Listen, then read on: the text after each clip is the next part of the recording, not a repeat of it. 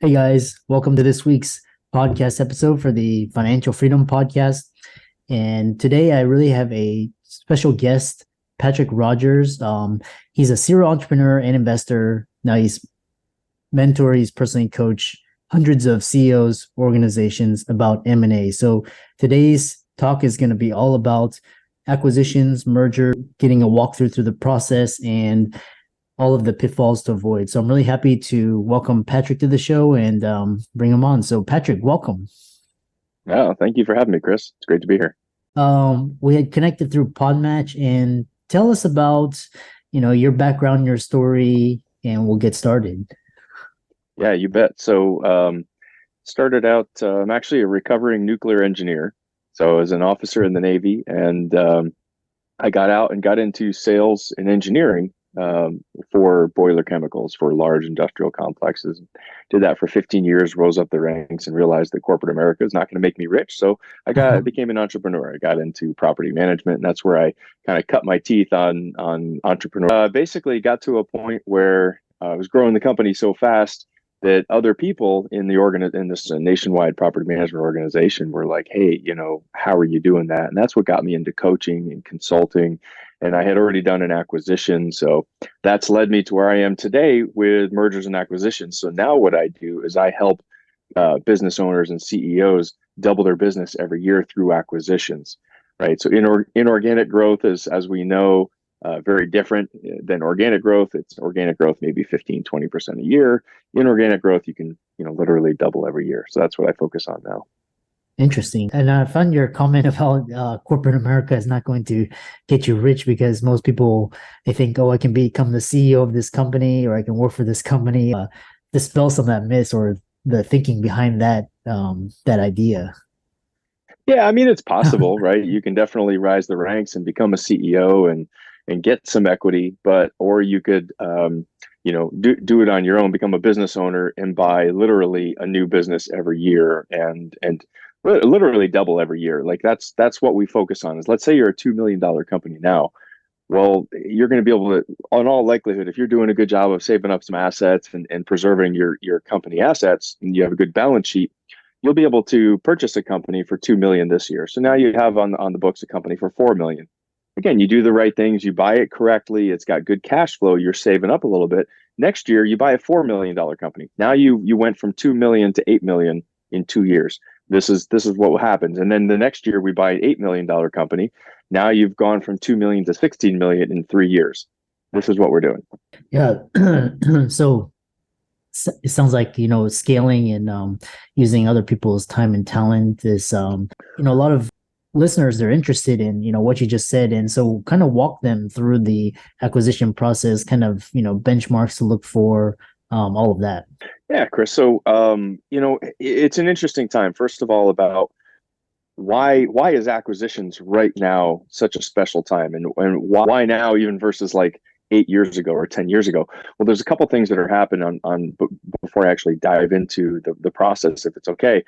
And that's that baby boomers right now are retiring in droves. We're in the middle of the biggest transfer of wealth that history has ever seen. $10 trillion is exiting the baby boomers and being passed down to whichever generation X, Y, millennials, whoever's going to buy the company. And we're smack dab in the middle of that. So we've got about 5 years left of this transfer of wealth.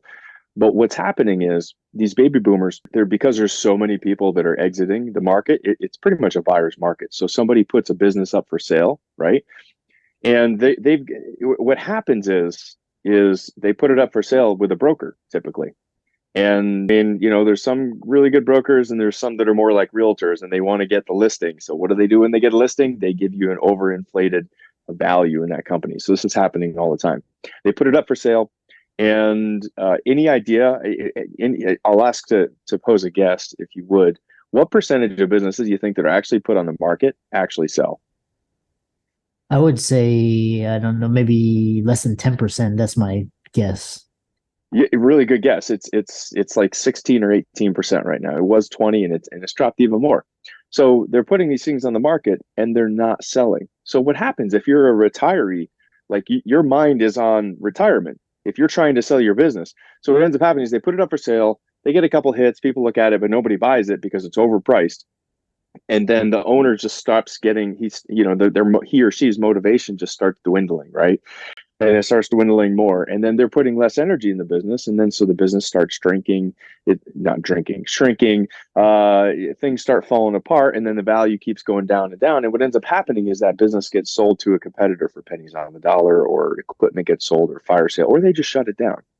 And so there's a very distinct advantage right now, an opportunity to get to these owners before they put it on the market and buy it for a fair price for you and a fair price for them.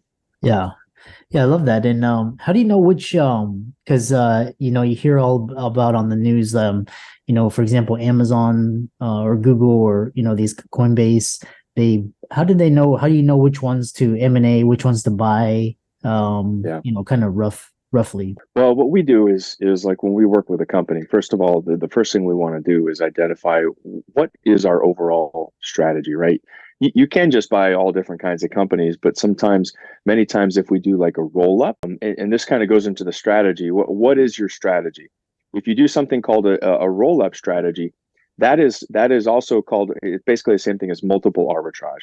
So what you're doing is, let's say you own an HVAC company, okay? And I'm actually involved in an HVAC roll up with one of my clients. I'm part owner in it. Well, we're partners now.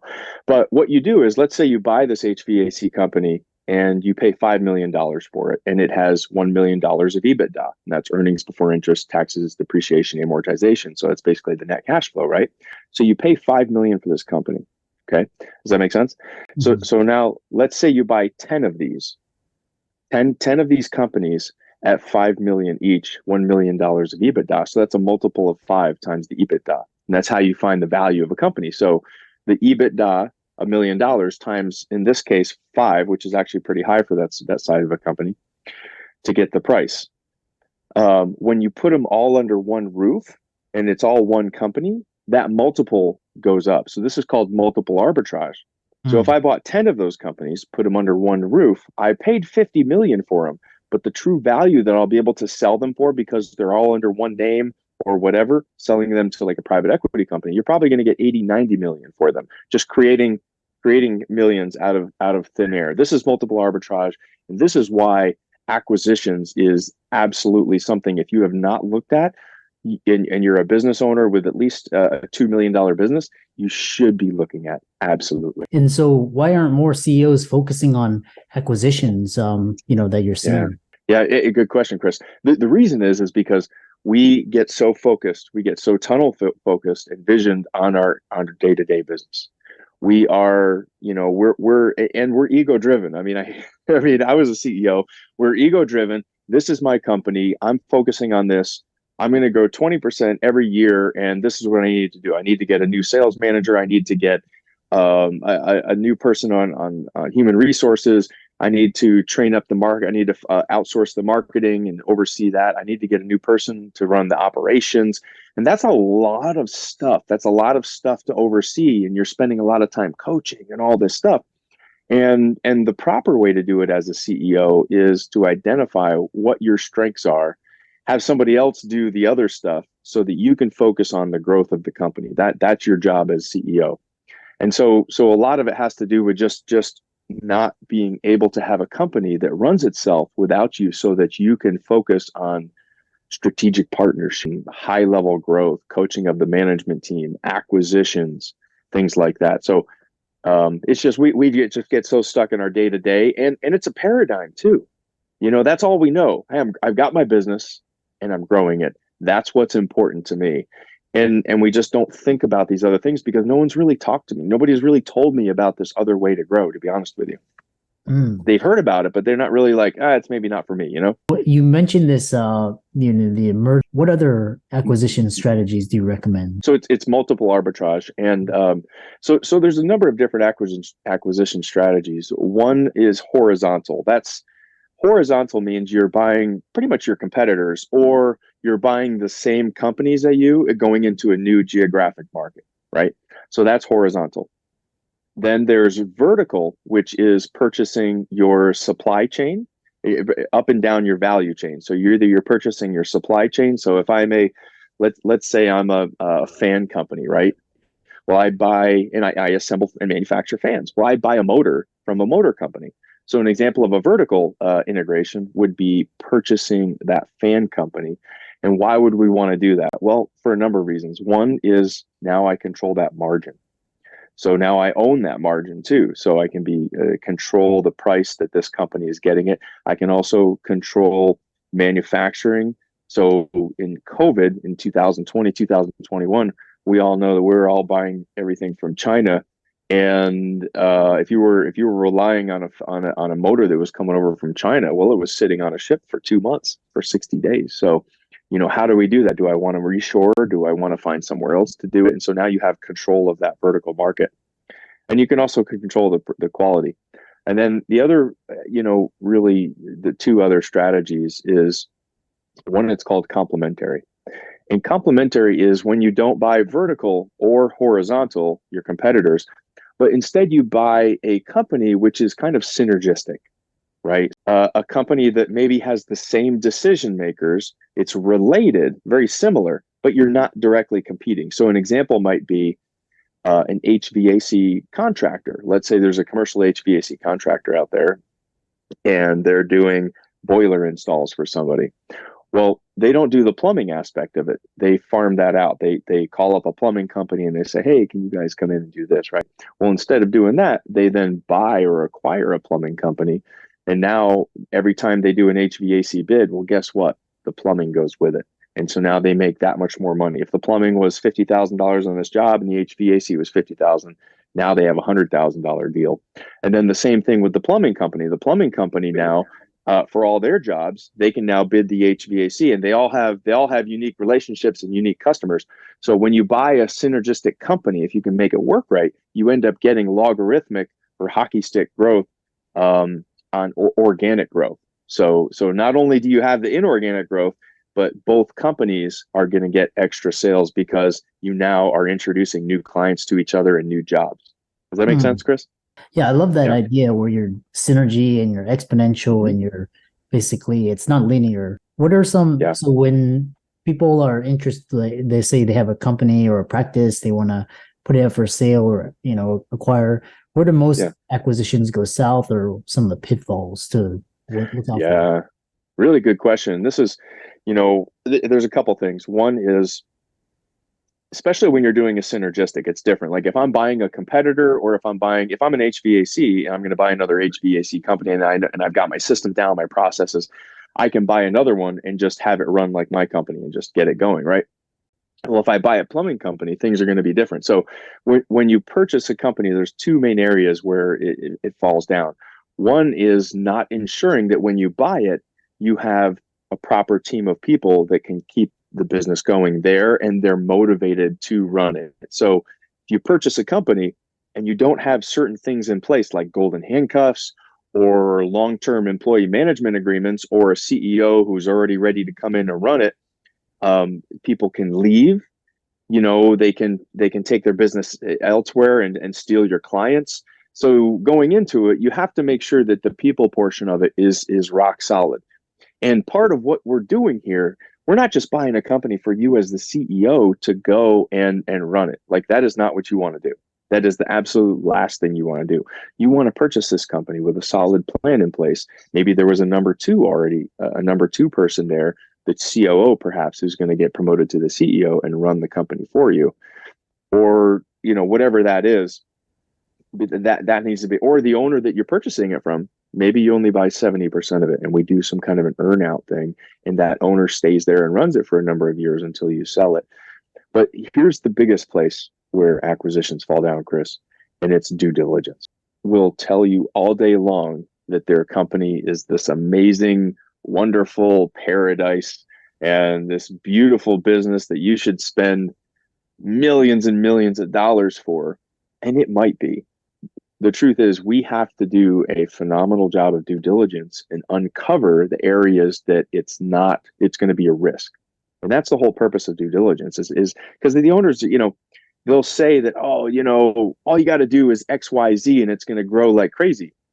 Well, Mr. Owner, why haven't you done that yet, right? If you're saying all you got to do is do this great Facebook marketing campaign that you say is going to double the business next year, and that's why I should pay top dollar for your company. why haven't you done it yet? What's going on there? What if somebody doesn't buy the company, or you do already have this in progress? And so in the due diligence phase, what you're doing is you're verifying a number of things. You're looking at the financials. You're making sure that their financials are what they say they are, and they hardly ever are. Hardly ever. You're making sure that their operations are what they say they are. You're making sure all their paperwork lines up. You're looking at all the legal. You're looking at all the insurance. You're looking at all the people. You're really diving into the people and making sure that when you buy this thing, how much risk are you personally taking on? And so when we do this, there's actually a 28-page due diligence document. When we enter this phase, we send it over to them right away. And so they have a lot of homework to do. And so I just want to caution you, like, if you're going to do the acquisitions on your own, which I highly don't recommend, but if you do, like, don't assume anything. This is why most acquisitions that fail do fail. It's either because the people run away, or the culture, or B, it's because you did a poor job of due diligence. Yeah, what a great way. And I love that, always have a professional and experienced, especially in the area of risk, in today's climate. Yeah. How do people contact you, follow you, check out your website, reach out to you, etc.? Sure, absolutely. So on LinkedIn, you can reach out. My tag is, I think it's Patrick V. Rogers, and that's V as in Vincent. And then my website is actually www.com. Yeah, and really interesting. Yeah, I love hearing about this space and all the different strategies. All of Patrick's resources will be in the links and show notes. And with that, thanks so much for coming onto the podcast. Yeah, thanks for having me, Chris. This is great. Appreciate it, man.